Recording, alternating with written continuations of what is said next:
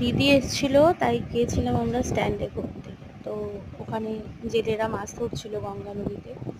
তো আমার দিদি সেই মাছ ধোয়ার পর যখন ওরা জলের মধ্যে মাছগুলোকে বাছে ঝুড়ির মধ্যে, ও যখন ভেসে ভেসে আসছিল, আমার দিদি আর ওর সামর্থ্য হয়, ও মাছ ধরবেই। আমি যা তাহলে গিয়ে কুড়ো, বড় বড় মানে ইলিশ মাছের মতো দেখতে ছোট মাছগুলোকে কুড়িয়ে এনেছে। আমি তো মজা করে ওকে বললাম যে তুই কি ইলিশ মাছ কুড়িয়ে এনেছিস নাকি, দেখ বড় বড় ইলিশ মাছ পাবি।